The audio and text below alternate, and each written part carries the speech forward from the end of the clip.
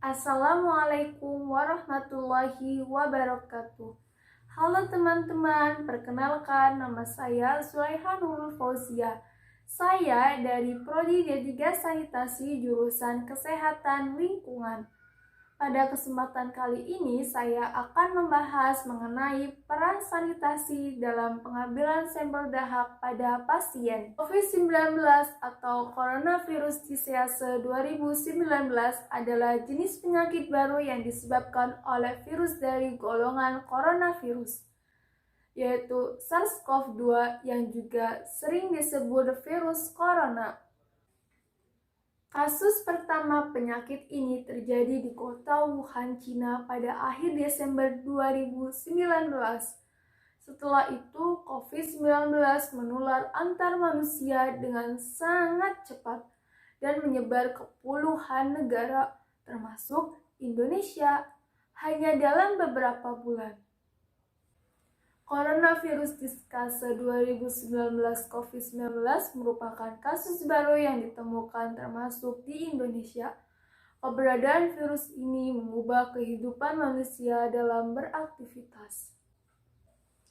Nah, PCR atau polymerase chain reaction adalah pemeriksaan laboratorium untuk mendeteksi keberadaan material genetik dari sel, bakteri, atau virus. Saat ini, PCR juga digunakan untuk mendiagnosis penyakit COVID-19, yaitu dengan mendeteksi material genetik virus corona. Dengan adanya PCR, keberadaan material genetik dari beberapa jenis penyakit akibat infeksi bakteri atau virus akan bisa dideteksi dan akhirnya bisa membantu diagnosis untuk penyakit tersebut. Beberapa penyakit yang bisa didiagnosis melalui tes PCR adalah yang pertama, infeksi human immunodeficiency virus atau HIV, yang kedua, hepatitis C, yang ketiga, infeksi cytomegalovirus, yang keempat, infeksi human papillomavirus yaitu HPV, yang kelima, gonore, yang keenam, chlamydia, yang ketujuh, penyakit lima, dan yang terakhir, pertusis atau batuk kerejan. Selain untuk mendiagnosis sejumlah penyakit tersebut, tes PCR juga digunakan untuk mendeteksi virus corona penyebab COVID-19. COVID-19 adalah penyakit infeksi yang disebabkan oleh virus SARS-CoV-2 yang lebih sering disebut virus corona. Pasien yang positif COVID-19 berdasarkan tes PCR dengan gejala ringan atau tanpa gejala umumnya dianjurkan untuk menjalani isolasi mandiri selama 10 hari. Setelah itu, tes PCR tidak perlu diulang, kecuali jika pasien masih bergejala atau mengalami perburukan kondisi selama isolasi mandiri. Prosedur pemeriksaan diawali dengan pengambilan sampel dahak, lendir, atau cairan dari nasofaring. Nasofaring yaitu bagian antara hidung dan tenggorokan, dan orofaring. Orofaring yaitu bagian antara mulut dan tenggorokan atau paru-paru pasien yang diduga terinfeksi virus corona. Pengambilan sampel dahak ini dilakukan dengan metode swab, yang prosedurnya memakan waktu sekitar 15 detik dan tidak menimbulkan rasa sakit, atau bisa juga menggunakan PCR kumur. Selanjutnya, sampel dahak akan diteliti di laboratorium.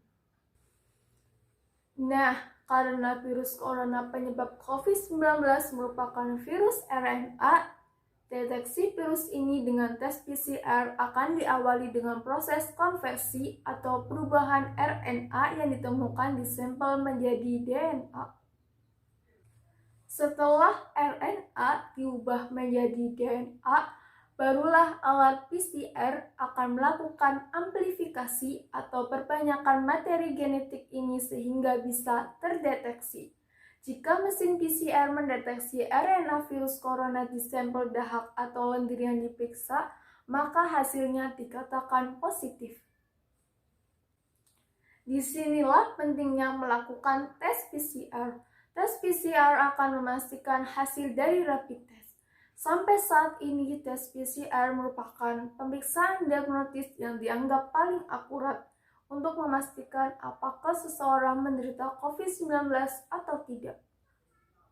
Nah, baik, sampai di sini pembahasan kita hari ini. Jika memiliki gejala COVID, jangan ragu untuk tes PCR, karena untuk mengantisipasi lonjakan kasus serta penyebaran COVID-19 di Indonesia.